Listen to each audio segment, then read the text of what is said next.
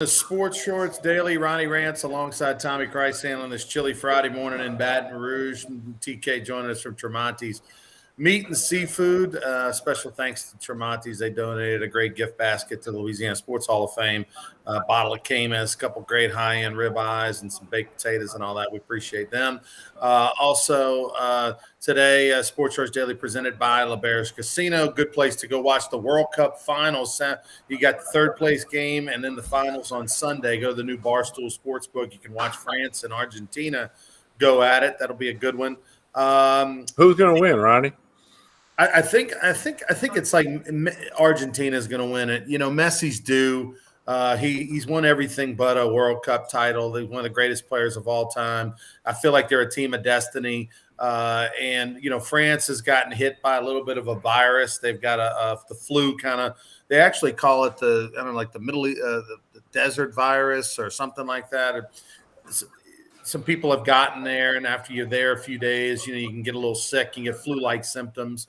It's not COVID, but they're getting hit a little bit. They had a couple players out in their semifinal win over, and then now they're not going to be 100% healthy, I don't think, for the finals on Sunday, although it is, you know, a couple days away. So I think with Messi and Argentina, they're kind of like, you know, this is his last hurrah at a World Cup, and so I'm pulling for Argentina, and I think they will win it. France trying to be, by the way, the first country to go back-to-back World Cups since Brazil did it in 58 and 62. So we shall see. It'll be fun to watch. Today, let's talk about Pelicans. You know, they won 2 in a row against the. Oh, it's amazing how the 2 games against Phoenix and the 2 games against Utah sort of mirrored each other, right? The home team, they win big on the first game. Second game, the home team, the Suns. I mean, the Pels knocked off the Suns in overtime. Same thing happened when the Pels went on the road to Utah. They got blown out in the first game, played really well in the second game, lost to Utah in overtime, and so. Pels, 2-2 in those 4 games. You probably thinking that's probably what you would be anyway. Memphis right now in first place in the West. Remember, first place in the West to about 6th place in the West is separated by like 2 or 3 games, so it's not that big of a deal. You're going to see teams leapfrogging and moving up and down. And the Pelicans still not 100% healthy, still missing 2 starters. So the good news is if they can be in the top 3 or 4 when they get Ingram back and all, then they're going to be off and running the rest of the way. The LSU. So the big story, of course, in the LSU game is that, and we were talking off air, Tommy. LSU Purdue, when the game was first announced, the line was what? 6 points. LSU was a 6-point favorite, and then it went up to about 9.5, probably within the same couple days. First couple days, once it was announced that Braum was leaving Purdue, take the Louisville job, and it went up to 9.5. And then all of a sudden, it has skyrocketed to 14, 15. Why? Well, Purdue is now 3 of the starters, guys who put up the numbers, the bulk of the Purdue offense, the quarterback, the tight end, the wide receiver, have all opted out, get ready for the NFL draft kind of thing, okay? So that immediately they're going to have to start a guy that only started 1 game, got some other mop-up duty at quarterback. You know, the coaching staff has changed because, and by the way, Drew Brees has been hired as a assistant for the bowl game. He's supposed to be at practice. He's supposed to coach on the sideline during the game. Of course, he went to Purdue and said he's fired up about, all the people that love Purdue. He's going to try to make things a little better for this bowl game. So the line jumped up like crazy. But if you locked it in at 6 or 9.5, it doesn't change for you. Your bet is your bet. So that's what happened to that. And who knows if it'll change any more between now and then. Well, as Chance points out, Graham Harrell got hired as offensive coordinator. Obviously, Drew Brees is on the staff, here's the interesting thing about Drew Brees. It's not so much for me that it's not so much for me Drew Brees' impact on this bowl game, although it's a neat story. It's the fact that while Drew Brees is there as an assistant coach in title for however long until a new staff is hired fully, he can recruit. So, if you've got a player that Purdue is on the bubble with, that's a nice little caveat that they're going to get to come on a recruiting trip and spend time with Drew Brees or go to dinner with Drew Brees or whatever the case may be. I can guarantee he's going to swing a couple votes his way when they come on their visit. I don't know now that the line is kind of up to like 14 and a half, 15. I don't know if I would feel ultra comfortable taking the LSU spread on that one, considering LSU's got its own issues with Jenkins not playing and others, no Besh, and others that may happen before the game. They got their own distractions.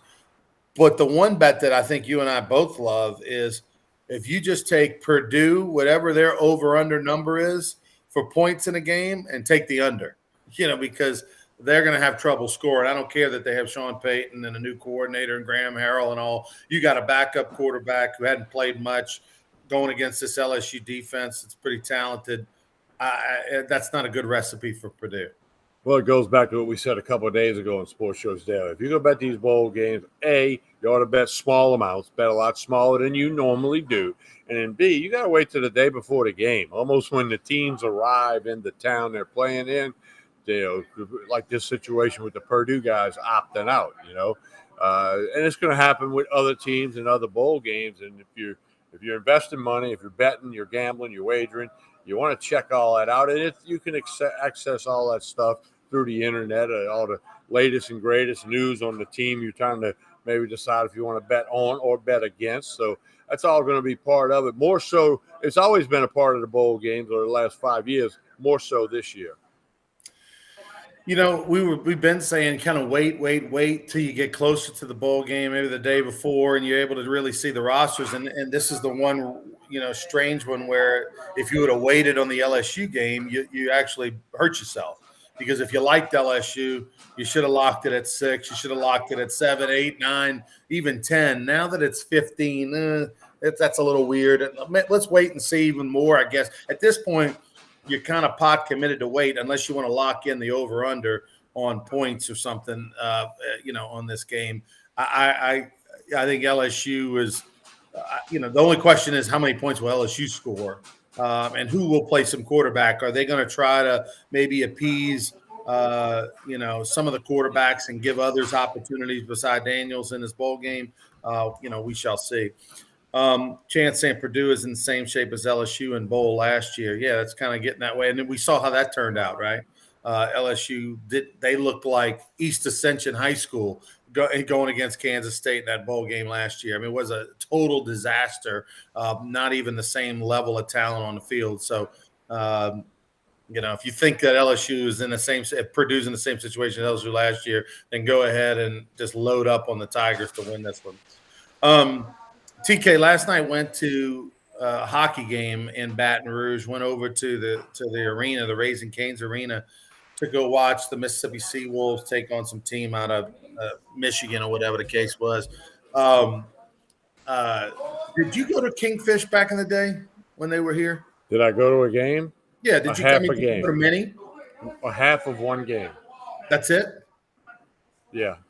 So they had 6,700 people supposedly last night. They had 6,500 people for the first game. They have their third and final game this year in Baton Rouge on January 2nd. They are 100% going to put an East Coast Hockey League team here next year. So there will be a hockey team in Baton Rouge next year. The owners are kind of working out a lease with the city, with the building and all that. Obviously, you want that to be as advantageous as possible. Hockey's very expensive to own. Not only are you paying players because they're minor leaguers, but obviously hockey equipment and ice and arenas and rent and staff and travel is very expensive. So I will say this, that I'm looking forward to it, man. I'm looking forward to seeing how it does here in Baton Rouge. It's been tremendously successful in these exhibition games. I'm surprised at the size of the crowd. I really am. I mean, it's good for them and good for hockey fans, and I guess it's good for Baton Rouge and the downtown area. I'm sure there was spillover to restaurants and bar rooms and all of that. So that's all good. But I'm surprised at that number. It's pretty high. I will say that the one thing they did definitely got to work on a few things about getting people into the building quicker. Like, there's some long lines. They don't have enough entrances. The bathrooms are back. They have some infrastructure issues, probably not enough staff, all that kind of stuff that's hurting the execution at the arena. But the product itself was good. People are enjoying it. Look forward to going back out there. The Rougarou, we're going to be out there on January 2nd for their last home game. We're going to have our mascot out there. We're going to have a few players out there passing out schedules and stuff in and outside of the arena. We worked out a little partnership deal with them. So looking forward to going to that. And good luck to whatever they're going to be called. They're going to be a brand new team, and they'll come up with all that. So look for that news probably in the next couple of months when they put together all the details and create a brand new hockey team here. I think it has a short window, Tommy. I think it's kind of like a hot club in a big city. It's not going to last forever. You got just a few years for it to be successful. Look at the Ice Skaters over in Lafayette. They were doing 8 to 10, 11,000 people a game for a while over there. And eventually it faded. And I think the reality is that, as Chance points out, I think the reality is people just don't grow up playing hockey. They don't know hockey. They don't get the nuance of the game. It's not like football, baseball, basketball. I don't think they're inherently fans. I think they go there because it's something different. There's nothing going on, and it's something different. And I think they go there to see the fights, but I don't think they get the game. And so I think eventually that catches up. I think after you've been a while, it's kind of like, okay, been there, done that. What's next? And that's what did the Ice Skaters in. It did the Kingfish in. It did, it'll probably do whatever this team will be called in. But again, they might have a long enough run to where it makes a difference and makes an owner some money, maybe in the interim in the first 3-4 years. Yeah, well, time will tell, and be curious to follow it.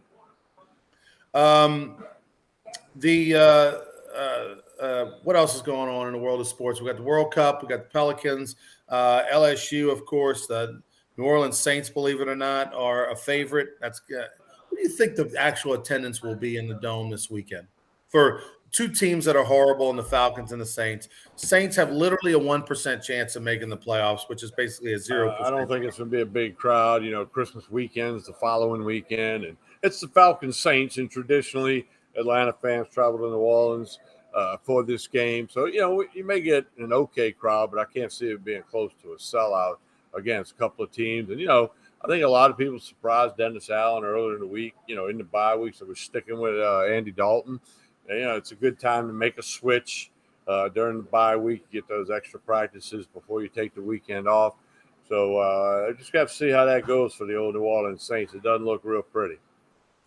I'm gonna say, a sellout right now because of the reconfiguration and everything is about 68,000 as far as people. I'm gonna say less than 50. I think there'll be 45 to 50,000 people in the Dome. I think it'll be noticeable the lack of people in the Dome, and I'm worried, Tommy, about the future of the Saints, what they do in this offseason with their coaching staff, with their players, when they don't have a first pick, when they don't have money to go get free agents. What are they going to do? Because right now the pendulum is swinging and the Pelicans now are becoming the thing. They're sold out. Every single suite in the arena is sold out. Tickets on the floor go from $4,000 to $800 a game, depending on where you sit in first couple rows. Like the Pelicans are the thing that everybody wants to be a part of now, and the Pelicans are going to be relevant probably for the next couple years, not just this year. They're going to be good next year and the year after. So there's only a finite amount of dollars that people are willing to spend for their entertainment bucks, and the NBA plays 41 home games. So, even a cheap Pelicans ticket is expensive because of all the games that they play. And so I think you're going to see a lot of people switching over to the Pelicans over the next 2-3 years, and less of the Saints. Used to be you could get Pelican suites super cheap or super easy. Buy 2 Saints games, get a Pelican game free. It might be the other way around here coming. Yeah, I can definitely see it trending in that direction. No question about that. And, people keep every now and then it gets mentioned that Sean Payton may come back to the Saints as the head coach. And just say, hey, I needed the year off and realize things aren't going well. I don't know if that'll happen or not. I don't even know the odds or the percentages on that happening. I think it'd be great for New Orleans, but I don't know that it would happen, and I don't know if that's what Sean Payton wants. He might just want 4 different walls to look at. By the way, speaking of sports in the Baton Rouge area, we've got a big announcement for you. You know, one of the hottest announcements came yesterday at 1 o'clock when the Louisiana Sports Hall of Fame fundraiser was announced. Friday the 13th night fights is coming up, and what that is we've got 7 pro wrestling events. 7 professional wrestling events are going to be taking place at the Lamar Dixon Expo Center on Friday, January the 13th. Doors open at 6:30. The event starts at 7:30. And then also an exhibition celebrity boxing match between Ryan, the Pod Piper Party in Maranto, and Casey, the Rougarou McKenzie. These two are going to fight for 3 rounds. It's going to be a lot of fun to watch these guys in the ring wail on each other. The entrances and their entourage and their entrances and stuff. We have this giant stage, like when you go to a wrestling match, you got this giant stage set up, about 150 foot, or longer ramp, probably a 400 foot, 300 foot ramp or something that's going to run all the way from the stage to the ring. And the entrance alone is going to be worth the price of admission. You can get tickets at lasportshall.com. We've got just a few VIP tables left. We've got reserved and general admission seating. It's going to be a big fundraiser for the Louisiana Sports Hall of Fame. We're going to have a lot of Louisiana Sports Hall of Fame celebrities at the event. Some will be participating in one way or the other, maybe in some of the wrestling matches. So we got some secrets there to tell you about, but it's going to be a lot of fun. That's at lasportshall.com. Get your tickets now. There's nothing going on January the 13th, on Friday the 13th. That's why we picked the date. We've already got tons of tickets and tables sold for this event. Go to lasportshall.com. We hope to see you there. It's all for a good cause. It's going to be an awesome, awesome night. I want to thank everyone who helped on the Santa Super 7 auction that ended last night. Look for some announcements today on lasportshall.com. And TK, how's the rehab going? It's going good. Yeah, making a little progress each and every day, and it gets sore at times, and I got to lay off of it, get some ice on it, elevate it. So I'm just ripping through that. Still on some pain meds because it gets pretty sore after I'm a little bit. Like when I leave Tremonti's today and get home, it's going to be sore, and I'm going to put some ice on. I got a little special machine that does that. So it's coming along good. A little quicker on number 2 than need number 1. So I'm hanging in there. By the way, San Francisco 49ers clinched the NFC West last night, knocking off the Seattle Seahawks. So I tell you what, and they did it with a backup quarterback, and the Christian McCaffrey trade. At the time when they made that trade, they gave up a lot to get Christian McCaffrey. I mean, a lot of people put McCaffrey and Kamara sort of in the same conversation, same type running back, both receivers and runners as well.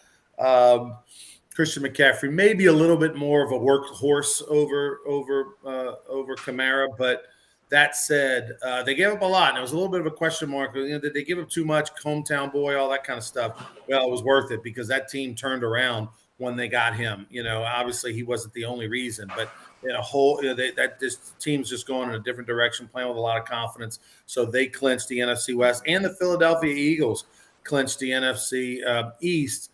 I mean, 2 stories that you didn't necessarily see coming, huh, Tommy, this year, going into the year. I don't think many people had them being the first 2 teams to clinch in the NFC. Nobody had either one of them, but you credit Jalen Hurts. They got a good offensive line in Philadelphia, which has made him have success and put up numbers. The defense is solid. I mean, they're the best team in football. You can argue that. And then the 49ers, when you throw in Brock Purdy, nobody heard of him until 2 weeks ago. Unless you were an Iowa State fan back in the day. But hey, he's stepped in and getting his job, a la Matt Flynn. He kind of got this chance, and he's earned a lot of money. Not necessarily in the account today, but in the future going forward. Because now they're talking about, is he the guy to go forward for the 49ers and then get rid of Lentz? So you maybe trade Garoppolo or keep Lentz. I mean, a lot of things that have surfaced with that. One thing I'll say, Jimmy G, every time you count him out, he's not out. He'll somehow figure out a way to stick around and end up being the guy. But no, it's a great story. And the Eagles, man, my goodness, Jalen Hurts is just continuing to prove people wrong. happy for the guy because he's such a hard worker, a great leader, great teammate. But never saw that coming. If you'd told me 3 years ago Jalen Hurts would be doing what he's doing, I said no way. All right, for Tommy Krysan, I'm Ronnie Rance. Everybody have a great weekend. Don't forget to tune in to Sports Shorts Radio tomorrow morning from 10 until noon. TK, myself, Hunter McCann, Derek Beckwith, Joel Davis will be on from 10 to noon, and we'll be at the Bruley Walk-On. So stop on by. Doors open at 11 o'clock. Come have lunch with us at the Bruley Walk-On. Just 5 minutes, literally, from the Mississippi River Bridge to the Bruley Walk-Ons. Have a great weekend, everybody. We'll see you on Monday for more Sports Shorts Daily.